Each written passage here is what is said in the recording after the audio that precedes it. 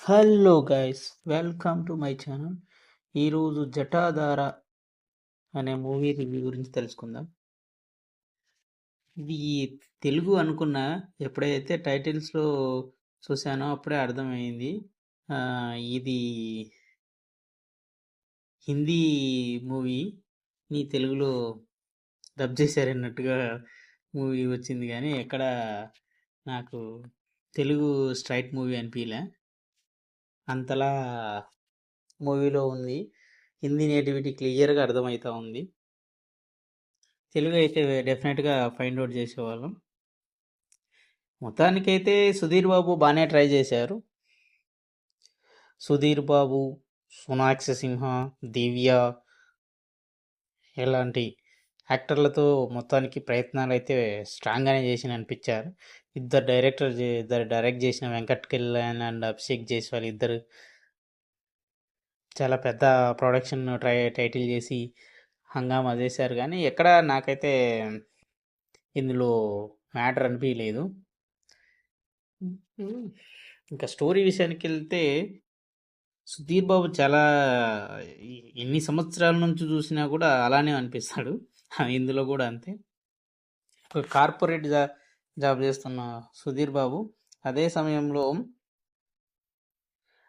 తన ఫ్రెండ్స్తో కలిసి దయ్యాల కూడా చేస్తూ ఉంటాడు. దయ్యాలు లాంటివి లేవని బలంగా నమ్మే అతను పీడకలు వస్తూ ఉంటే దాన్ని ఎలా ఛేదించాడు అనేది పాయింట్. అసలు దయ్యాలు లేవు, నాకు చిన్నప్పటి నుంచి దయ్యాలు కాదు, దయ్యాలు ఉన్నాయనే భయమే మనల్ని అలా చేస్తుంది అని బలమైన నమ్మే వ్యక్తి. అవసరాల శ్రీనివాస్ ఇచ్చే స్పీచ్లో అతనికి జరిగిన చిన్నప్పుడు అనుభవం చెప్పి ఎందుకు ఇది ఎంచుకున్నాను అనేది క్లియర్గా చెప్తాడు. దయ్యాలు ఎలాంటి ఎనర్జీ, పాజిటివ్ ఎనర్జీ కానీ నెగిటివ్ ఎనర్జీ కానీ నాకు ఎక్కడ కనిపించలేదు అని క్లియర్గా చెప్తాడు. అలాంటి సిచ్యువేషన్లో అతని ఫ్రెండు లవరు వీళ్ళు కలిసి ఇవి దయ్యాలు లేవు అని నిరూపించే ప్రయత్నంతో రోజు ఒక ప్రయత్నం చేస్తూ అసలు ఫైండ్ అవుట్ చేస్తూ ఉంటాడు. అలాంటి ఒక సమయంలో అతనికి రెగ్యులర్గా ఒక డ్రీమ్ వచ్చి అతన్ని ఎక్కడికో చంపేస్తున్నట్టు అనిపిస్తుంది.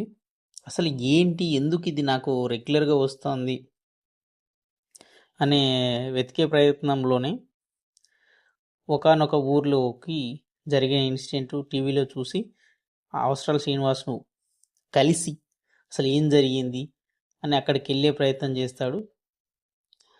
ఆ వెళ్ళే ప్రయత్నంలో అతనికి చాలా బ్యాడ్ ఇన్సిడెంట్లే, కానీ కాపాడి బయటకు వచ్చేస్తాడు.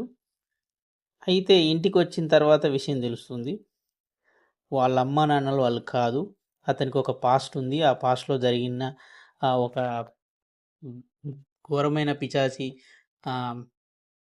వల్ల అతను ఎలా తప్పించుకున్నాడు, వాళ్ళ పేరెంట్స్ ఎందుకు సూసైడ్ చేసుకున్నారు అనే పాయింట్ను రైజ్ చేసి అసలు ఎందుకు ఇది నన్ను ఇలా వెంటాడుతుంది, మా అమ్మా నాన్నలు ఇది వెంటాడుతుంటే మా అమ్మా నాన్నలు ఎందుకు కాపాడుతున్నారు అనే పాయింట్ తెలుసుకునే ప్రయత్నం చేస్తాడు. చేసి అక్కడికి వెళ్ళినప్పుడు అక్కడ ఒక దాని చుట్టూ ఒక బంధనం వేసి ఆ పిశాచాన్ని బయటికి రాకుండా లింగాలను బంధించి అలాంటి ప్రయత్నం చేసేటప్పుడు జరిగే ఇన్సిడెంట్లు మనకు ఫస్ట్లోనే ఒక ఇంట్లో ఉంటుంది. అలా ట్రై చేస్తున్న సమయంలో అసలు వాళ్ళ అమ్మ నాన్న ఎందుకు సూసైడ్ చేసుకున్నారు, అసలు ఆ బంధనం ఎలా ఆ బంధనం సెట్ చేసేటప్పుడు జరిగే కాన్సిక్వెన్సెస్ను, అసలు యాక్టింగ్ పరంగా ఏ మూవీలో ఒకేలా యాక్టింగ్ చేసినా స్టోరీ సెలెక్షన్, స్టోరీలో ఎగ్జిక్యూషన్ లాంటివి వీక్గా అని ఈ సినిమాలో కూడా తెలిసిపోయింది.